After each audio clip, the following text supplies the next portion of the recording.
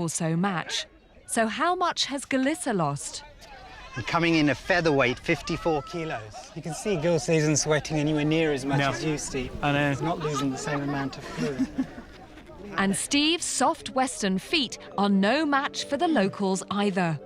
20 minutes and look at you, your feet look like they've been flayed.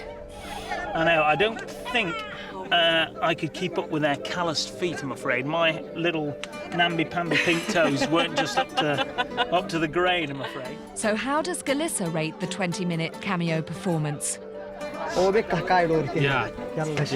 He says I choose him before I see how he plays. Fish has seen many heat and many suns, so he says your feet is new to this area. If you go barefoot 5 days, your foot will be a far foot. Maybe tomorrow. Gad again. Thank you for everything this week. It was fantastic. Thank you, Galissa. Thank you. Thank you for inviting us to your village and for making us feel so welcome. Let's get you home. Do you need to be carried? Right, ready? Oh, my God. While we take Steve away to be patched up, Dougal has begun the final climactic leg of his geological mission to map the volcano at Erta Ale. Erta Ale is 3 days away by car, but Dougal's found a way to get a preview of a phenomenon he's dreamed of exploring for years.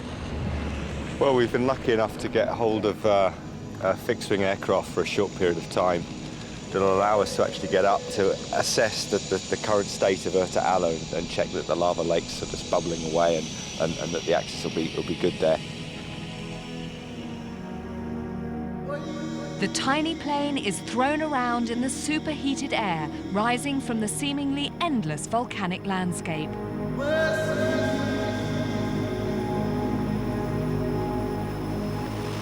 We can really start to see some of the volcanic centres coming through, and that's about 40 or 50 kilometres south of the Erta Ale Massif. And yeah, it's very, very big from up here. The Danakil lies on the Great Rift Valley, where the edges of two tectonic plates are slowly moving apart. This causes the crust to stretch and thin, allowing molten magma to force its way up to the surface. Just approaching the top of Erta Ale now. The plane is jumping all over the place, but I can just about see. I can just see the crater of Erta Ale right in front of me now. Boy, is this good. The lava lake is bubbling away. It's low enough, we should be able to get access to the lava lake. Oh wow, you can just see it steaming away there. Oh, this is phenomenal, really good. How this lava lake is developing will help determine how thin the Earth's crust has become. What Dougal describes as a weeping wound in the broken skin of the Earth. That is Erta Ale volcano, the oldest known lava lake on the planet, just there. All Dougal has to do now is get him, his team, and the 3D mapping kit into that live crater.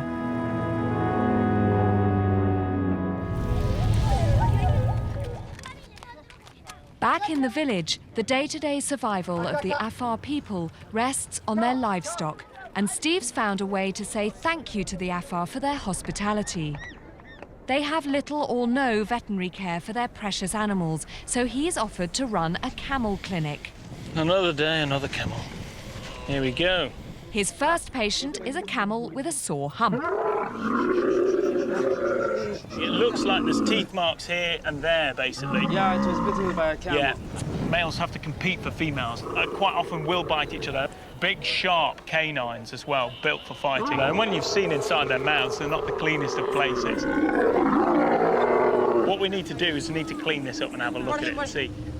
But something tells me the camel's not going to like this. We've got it muzzled. It could probably still headbutt me, but they've tied its back legs, they've tied its front legs, and we'll just have to sort of take it nice and slowly. Go to again. Hello.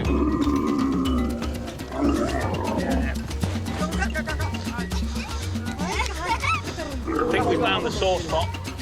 For this infection to heal, the camel needs a shot of antibiotics and plenty of rest.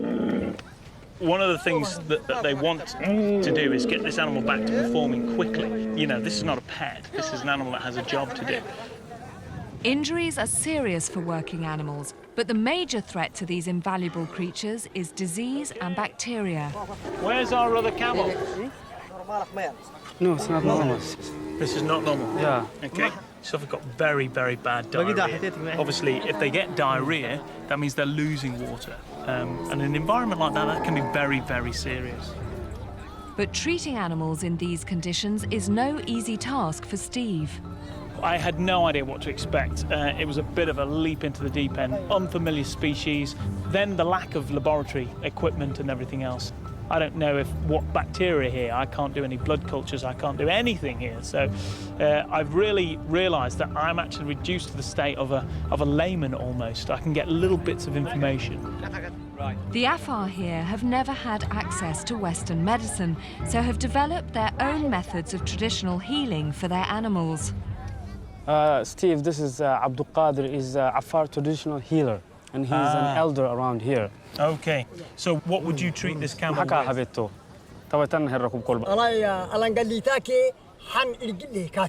There's a tree called miaito, he says. I'll milk a camel, mix it together, and I'll put it in his mouth, and the bad things will go. But as well as plants, the traditional healer uses some stranger treatments, including cutting their ears.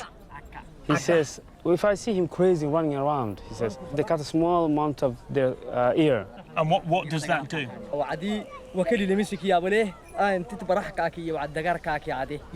He becomes a little bit quiet, then he knows that something is with him. Ah, okay. Now, that's interesting. That's an interesting way forward. It doesn't surprise me that there are traditional treatments. What's interesting is it seems to be a combination of some things that could prove to be very useful, like the plants and seed remedies. But coupled with that, you do get some of these strange sort of, the cutting of the ears and this sort of thing don't have any therapeutic benefit at all. But it's not for me to sort of judge that here. But it's not just animals that are treated with traditional methods like cutting. Team Dr. Mukul and I have found they're also used on people. Will you show me Aisha's leg? Show me what's the matter with it. We've been joined by Australian nurse Valerie Browning, who's lived and worked with the Afar people for 20 years and conducts regular clinics of her own. The big scars.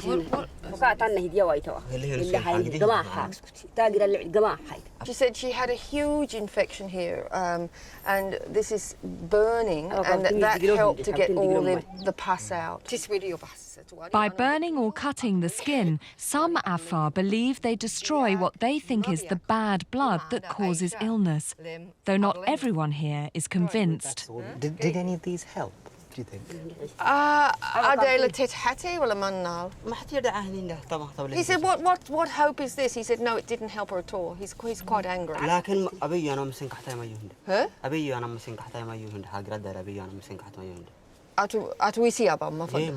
She said that this is nonsense. She said that this is just total nonsense. It can only make her sicker. As well as dealing with these ancient traditions, Valerie and her health workers have an uphill battle to diagnose and treat patients like Aisha. I mean, is there anything obvious that you would know about that these symptoms would match? Anything I've come across, I remember reading about a condition called brucellosis, and it's linked to unpasteurised milk. Brucellosis is a disease that can infect the central nervous system and is caught from bacteria in animals' milk. It's rife in this region, and Steve has found several cases of it in the goats in Kusarat.